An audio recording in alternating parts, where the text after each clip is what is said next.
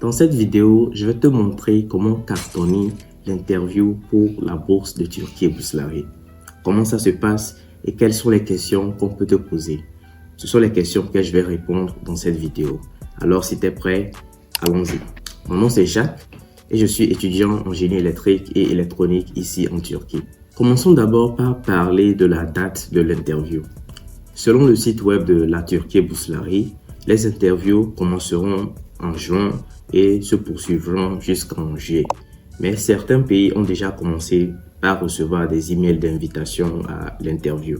Donc si tu n'as pas encore reçu le tien, ne sois pas trop découragé, il y a peut-être de l'espoir pour toi. Dans la plupart des cas, l'interview se déroule en personne, où vous allez aller dans l'ambassade de la Turquie dans votre pays ou bien dans un de leurs centres. Mais dans des cas exceptionnels où l'ambassade de la Turquie n'existe pas dans votre pays, vous serez obligé de faire l'interview via Zoom par exemple. C'était mon cas. Au Togo, il n'y avait pas l'ambassade de la Turquie, donc j'étais obligé de faire l'interview via Zoom. Et pour ceux qui ont l'interview en personne, ça veut dire pour ceux qui ont l'ambassade de la Turquie présente dans leur pays, vous devez vous préparer à passer un examen lors de l'interview. Ce sera un examen de maths en général ou bien un test psychotechnique ou bien un test de QI si vous voulez. Test de QI, comme vous le savez, ce sont des puzzles à résoudre, des énigmes, des maths. Donc si vous avez déjà eu à faire tous ces genres de choses, ce sera facile pour vous. Au cas contraire, vous pouvez vous exercer en cherchant juste en ligne, test psychotechnique en ligne, et vous pouvez pratiquer cela. Une autre chose importante que vous devez noter, c'est que vous devrez apporter les documents que vous avez soumis lors de la demande de votre bourse à côté de vous. Ce sont les documents originaux que vous devez apporter, que ce soit en présentiel ou bien que ce soit en ligne. Vous devez apporter ces documents-là. Je me souviens dans mon cas, l'intervieweur m'avait demandé de présenter mon document de TOEFL. Il voulait juste vérifier que ce n'était pas un faux. Soyez également ponctuel au rendez-vous, peut-être 20 à 30 minutes avant le début de l'interview pour ne pas vous stresser. La langue de l'interview sera la langue officielle de votre pays, que ce soit le français ou bien que ce soit l'anglais.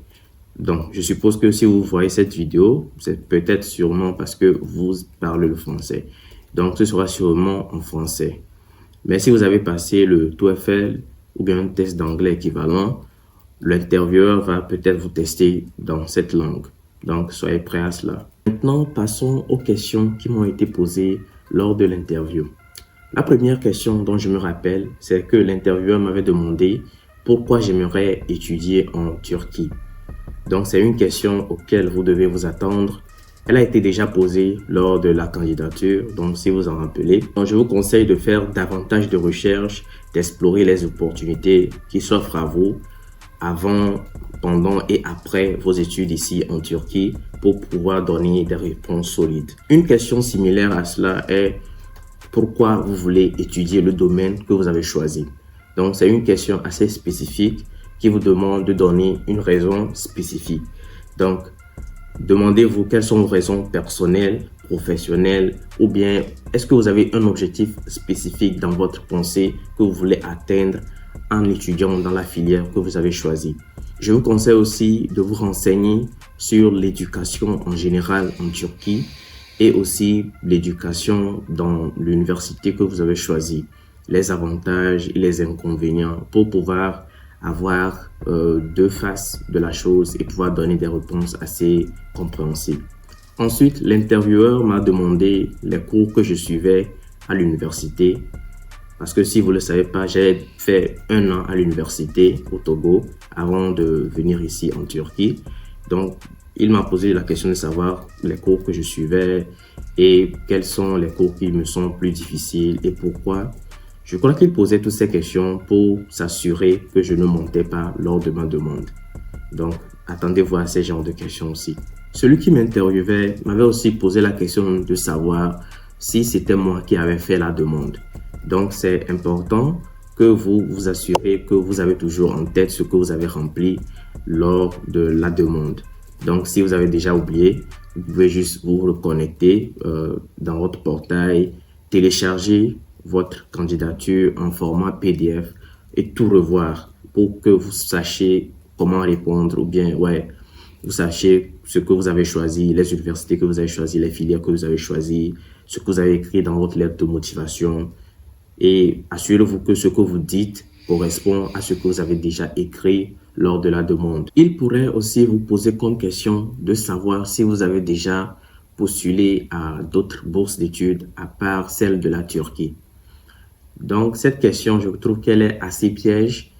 Un de mes amis a répondu à cette question par un oui et l'intervieweur l'a demandé et s'il arrivait qu'il soit accepté à cette bourse, à cette autre bourse d'études, est-ce qu'il préférerait la dernière ou bien est-ce qu'il choisirait la Turquie Bourslari?